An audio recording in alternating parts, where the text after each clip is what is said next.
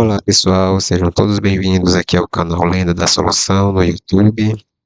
Vamos observar aqui esta atividade 3 da disciplina Ciências dos Materiais, módulo 54 do ano de 2025. É uma atividade bem simples, já resolvi aqui as 10 questões. Vamos lá, fazer a leitura do enunciado de cada questão e verificar o gabarito.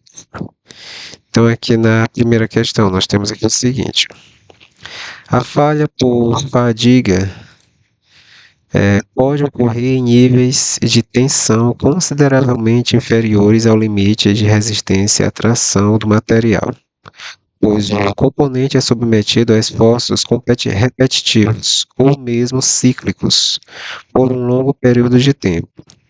E dessa forma, a durabilidade desse componente fica seriamente comprometida. Diante do exposto, avalie as afirmações a seguir. A falha por fadiga ocorre em duas etapas. Primeiro surge uma trica e logo em seguida a estrutura fratura. 2. A fadiga corresponde à falha de um componente devido à aplicação repetitiva de tensões dinâmicas e variáveis, que podem ser maiores ou menores que o limite de escoamento desse material. 3. A fadiga térmica é ocasionada por tensões oriundas de variações térmicas no ambiente ao qual o componente está inserido. 4. A fadiga associada à corrosão é uma falha resultante da ação de uma tensão cíclica aliada a um ataque químico. É correto que se afirma em. Então, a nossa alternativa correta aqui, 2, 3 e 4 apenas. Questão número 2. Não vou fazer a leitura não por causa do tempo, pessoal. Vamos logo verificar aqui o gabarito. A resistência, a fluência das ligas é superior às dos metais puros, devido ao aumento com endurecimento por solução sólida. Questão número 3. Aqui nós temos muitos materiais, quando em serviço, são submetidos a forças ou cargas. Nestas situações, é necessário conhecer as propriedades do material, dentre estas, o módulo de resiliência. Neste contexto, é possível calcular o módulo de resiliência de um material metálico, sabendo que a tensão no escoamento e a deformação no escoamento foram dados na tabela 1, que é esta tabela aqui. Considere a largura de 57 milímetros para o comprimento original do corpo de prova. Nós temos aqui as informações na tabela, vamos logo para o que interessa, que aqui é o gabarito dessa questão. O que nós temos aqui? O que é verdade aqui, pessoal?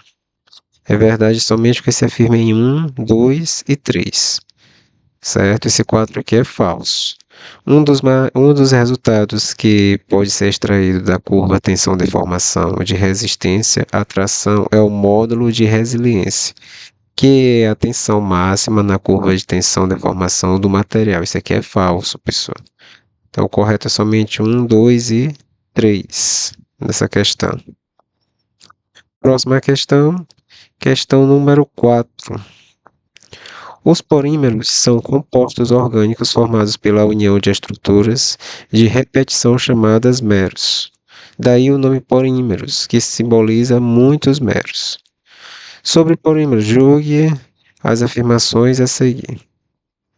Polímeros termoplásticos possuem cadeias lineares flexíveis, alta massa molar, são moldáveis com a diminuição da temperatura e são recicláveis. 2. Polímeros termofixos possuem estrutura molecular tridimensional rígida, baixa massa molar, são resistentes, fixos ao aquecimento e são recicláveis. 3. Materiais elastoméricos são polímeros amorfos. 4. Fibras e adesivos são exemplos de polímeros. É correto que se afirmem que somente em 3 e 4, pessoal. essa questão aqui, a questão número 4, somente que se afirma em 3 e em 4. Como vocês podem observar aqui, certo? O nosso gabarito. Próxima questão é a questão número 5. Não vou fazer a leitura do enunciado. Vocês apenas observem aqui as afirmativas. Neste caso, todas as afirmativas são verdadeiras. É correto que se afirme em 1, 2 e 3. Certo? Vamos lá verificar. Observe aí. Nosso gabarito. Próxima questão, questão número 6. Os aços são produzidos essencialmente de duas maneiras: a partir da redução de minérios de ferro ou pela reciclagem de sucata de aço. Os aços são ligas ferrosas que, na teoria, contêm concentrações de carbono entre 0,08% P e 2,14% P. Entretanto, na prática, são quase sempre inferiores a 1%. As propriedades mecânicas dos aços são sensíveis a variações na concentração de carbono dessas ligas. Existem milhares de ligas de aços, podendo conter quantidades significativas de outros diferentes elementos de liga, com composições e tratamentos térmicos distintos. Sobre as classes dos aços, avalie as afirmações a seguir. Aqui. Uma das classes de ação é o aço de baixo teor de carbono, considerado o mais produzido em quantidade comparado aos outros aços. 2. Uma das classes de aço é o aço de médio teor de carbono, que contém uma quantidade de carbono suficiente para o tratamento térmico de têmpera e revernido, com o intuito de melhorar as propriedades mecânicas. 3.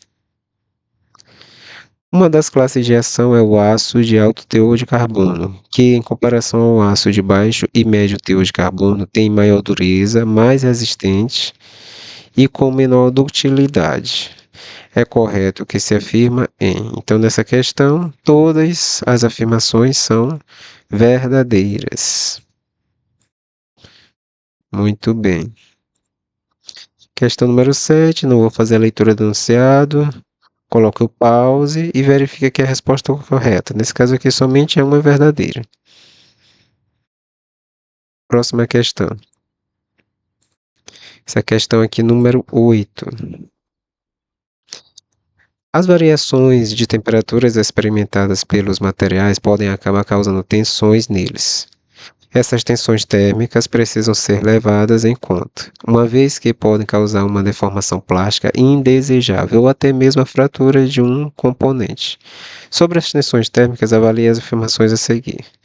1. As tensões térmicas podem ser causadas caso não sejam restringidas a expansão ou a contração do material. 2. Gradientes de temperatura podem resultar em tensões térmicas.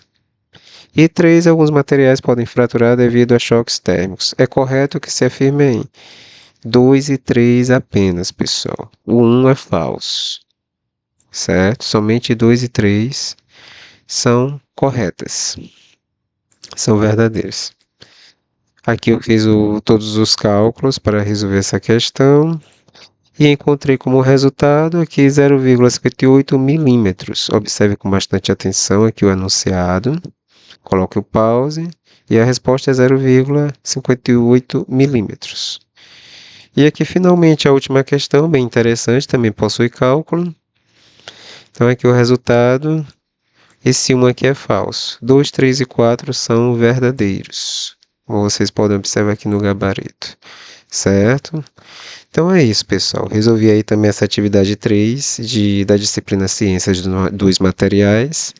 Eu ajudo também na produção de mapas, de TCCs, planos de aula, certo?